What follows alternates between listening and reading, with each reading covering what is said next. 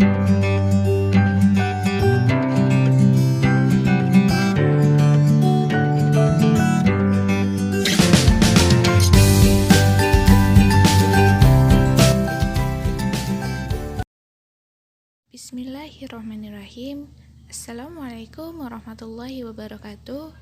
Saya Nadia Ariska dari PAID 3 semester 5. Di sini ingin menyampaikan materi mengenai proses pengangkatan Khulafaur Rasyidin.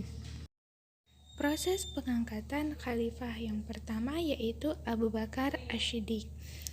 Setelah sepeninggalan Nabi Muhammad SAW, terjadilah beberapa perselisihan ketika proses pengangkatan khalifah, khususnya antara kaum Muhajirin dan kaum Ansor. Kaum Ansor menawarkan Sa'ad bin Ubadah sebagai khalifah dari golongan mereka, dan Abu Bakar menawarkan Umar bin Khattab dan Abu Ubaidah.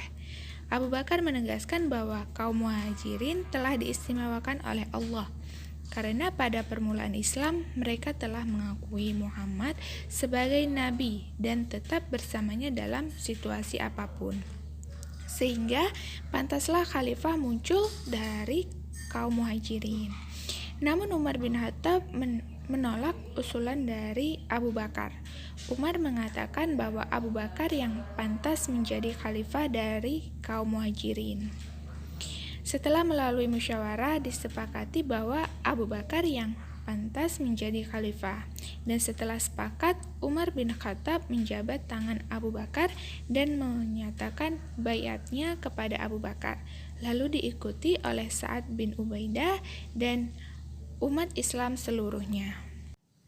Lalu proses pengangkatan khalifah yang kedua yaitu Umar bin Khattab.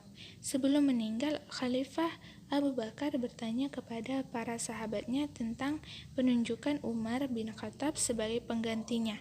Beliau menanyakan hal itu kepada Abdurrahman bin Auf, Utsman bin Affan, Sa'id bin Zaid, serta sahabat-sahabatnya dari kaum Muhajirin dan Ansor.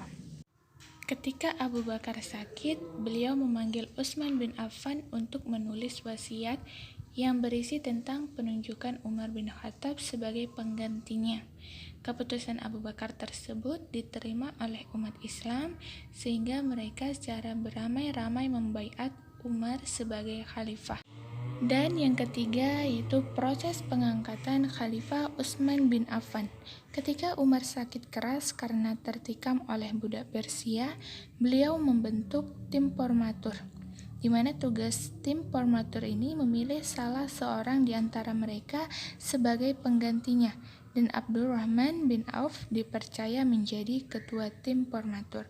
Setelah Umar bin Khattab wafat, tim formatur mengadakan rapat. 4 orang anggota mengundurkan diri menjadi calon khalifah, sehingga tinggal 2 orang, yaitu Utsman bin Affan dan Ali bin Abi Thalib. Proses pemilihan menghadapi kesulitan, karena berdasarkan pendapat bahwa masyarakat menginginkan Utsman bin Affan menjadi khalifah, sedangkan di antara calon pengganti Umar bin Khattab terjadi perbedaan pendapat, di mana Abdurrahman bin Auf cenderung mendukung Utsman bin Affan, Sa'ad bin Abi Waqqas ke Ali bin Abi Thalib. Hasil kesepakatan dan persetujuan umat Islam, maka diangkatlah Utsman bin Affan sebagai pengganti Umar bin Khattab. Beliau diangkat di usia ke-70 tahun dan beliau menjadi khalifah selama 12 tahun.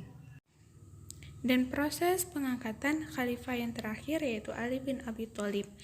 Setelah Khalifah Utsman bin Affan meninggal, umat Islam yang ditinggal di Madinah bingung siapa yang akan menggantikan Utsman bin Affan. Kemudian ada usulan untuk mengangkat Ali bin Abi Thalib menjadi pengganti Utsman bin Affan. Usulan tersebut disetujui oleh mayoritas umat Islam, kecuali mereka yang pro Muawiyah bin Abi Sufyan. Pada awalnya, Ali bin Abi Thalib menolak tawaran usulan tersebut dan tidak mau menerima jabatan khalifah. Dia melihat situasinya kurang tepat karena banyak terjadi kerusuhan di mana-mana. Menurut beliau, situasi ini harus diatasi dan dibereskan terlebih dahulu sebelum membicarakan masalah kepemimpinan. Namun, desakan sangat kuat. Akhirnya Ali bin Abi Thalib pun menerima tawaran jabatan khalifah.